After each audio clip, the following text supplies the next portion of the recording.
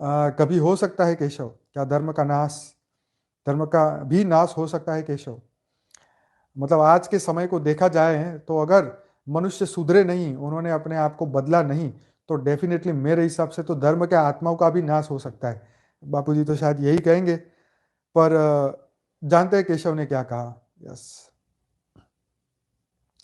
और यदि धर्म का नाश होना ही है तो क्या मनुष्य इसे रोक सकता है?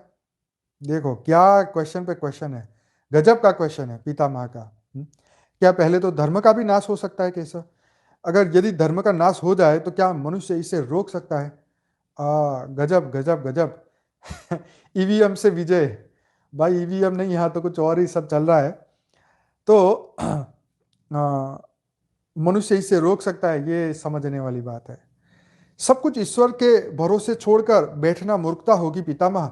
अब देखो कृष्ण ने क्या कहा, सब कुछ ईश्वर के भरोसे छोड़कर बैठना मूर्खता होगी पितामह। ईश्वर स्वयं कुछ नहीं करता, केवल मार्गदर्शन करता है। ये देखो बहुत बढ़िया बात है। क्या बोला? ईश्वर स्वयं कुछ नहीं करता, केवल मार्गदर्शन करता है। सब कुछ ईश्वर के भरोसे पर छोड़कर बैठना मूर्खता होगी पितामह। ये सीखने वाली बात है। सब मनुष्य को ही स्वयं करना पड़ता है। आप मुझ में भी ईश्वर आप मुझे भी ईश्वर कहते हैं ना, तो बताइए बताइए ना पितामह, मैंने स्वयं इस युद्ध में कुछ किया क्या? क्या बात कही है उन्होंने। तो बताइए पितामह, मैंने स्वयं इस युद्ध में कुछ किया क्या? सब पांडव को ही तो करना पड़ा ना। यही प्रकृति का संविधान है। यही प्रकृति का संविधान है। मतलब प्रकृति क्या कहती है कि जो इस धरती पे आए हैं, जिन्होंने जन्म धारण किया है, जो धरती लोक से कनेक्टेड है, जिसका कर्म बंधन बाकी है, उन्हीं को ही ये कार्य करना होगा। परिवर्तन का कार्य भी मनुष्य का है। परिवर्तन का कार्य भी बीज रूप आत्माओं का है। चाहे 108 हो, 1008 हो, 9 लाख हो, या 33 करोड़ हो, या जो भी हो, उन्हीं का काम है ये परिवर्तन का।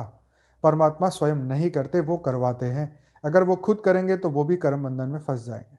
तो ऊपर बैठ के वो हमें मार्गदर्शन दे रहे, हमें ज्ञान दे रहे, हमें बुद्धि दे रहे, हमें प्रेरणा दे रहे, हमें कर्म करने की शक्ति दे रहे हैं। तो आगे बढ़ते हैं। सब पांडवों को ही तो करना पड़ा ना। यही प्रकृति का संविधान है। यही प्रकृति का संविधान है। युद्ध के प्रथम दिन यही तो कहा था ना मैंने अर्जुन से, यही परम सत्य है। क्या बात है? क्या बात है? मस्त बात सुनो फिर से। युद्ध के प्रथम दिन यही तो कहा था मैंने अर्जुन से, यही परम सत्य है। भीष्म अब संतुष्ट लग रहे थे। भीष्म को लगा कि यार अब जो कह रहे बात तो सही है, अब समझ में तो कुछ आ ही रहा है। उनकी आंखें धीरे धीरे बंद होने लगी थी। उन्होंने कहा, चलो कृष्ण, यह इस धरा पर अंतिम रात्रि है। कल संभवतः चले जाना हो। अपने इस अभागे भक्त पर कृपा करना कृष्ण। कृष्ण ने मन ही मन कुछ कहा और भीष्म को प्रणाम कर लौट चले।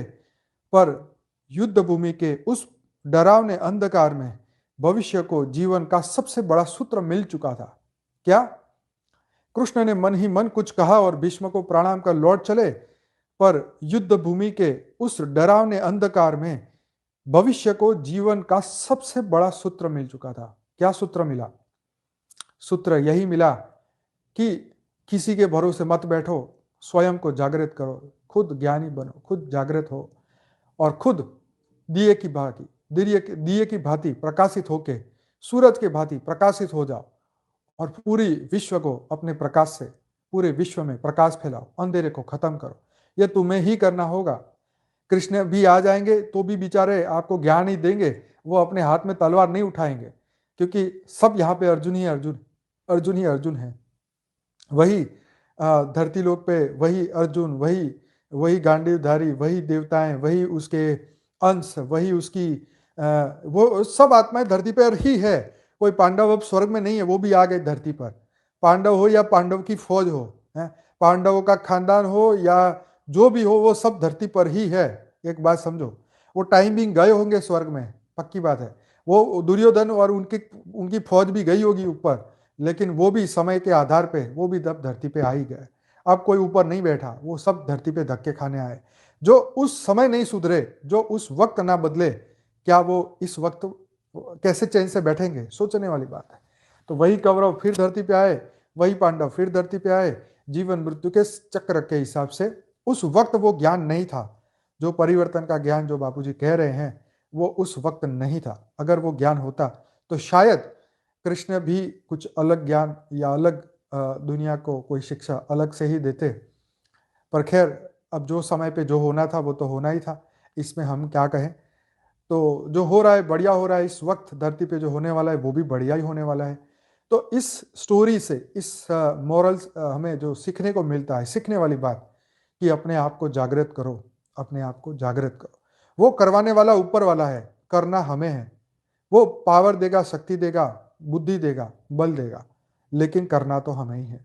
जो हमने धरती पे मनुष्य का जन्म लिया है तो कर्म तो हमें ही करने पड़ेंगे, क्योंकि वो तो करते हुए भी करता है, वो तो अपने सिर पे कोई बोझ लेता नहीं। तो हम भी अपने सिर पे क्यों बोझ ले? हम भी तो वही कहे ना, तू कराएगा हम करेंगे, तू नहीं कराएगा हम नहीं करेंगे। हम अपने सिर पे क्यों बोझ ले? मतलब ऐसा नहीं है कि हम कुछ करेंगे ही नहीं, पर यस, करण करावन हार वही है, ताकि हम भी अपने सिर पे कर्मों का बोझ ना ले। वो भी होशियार तो हम भी होशियार। हाँ जी, तो उसने ही हमें सिखाया तो हम भी उनके सामने ही अपनी बाजी मार ले। हाँ जी। तो यस, ग्रेटेस्ट गिफ्ट तो धरती लोग की इस वक्त की यही है कि बापूजी धरती पे आए, उन्होंने पूरा रियलाइजेशन किया, स्व का रियलाइजेशन किया, आत्म रियलाइजेशन किया, सेल्फ आत्मा का पूरा आत्म साक्षात्कार किया, आत्म जागृति की।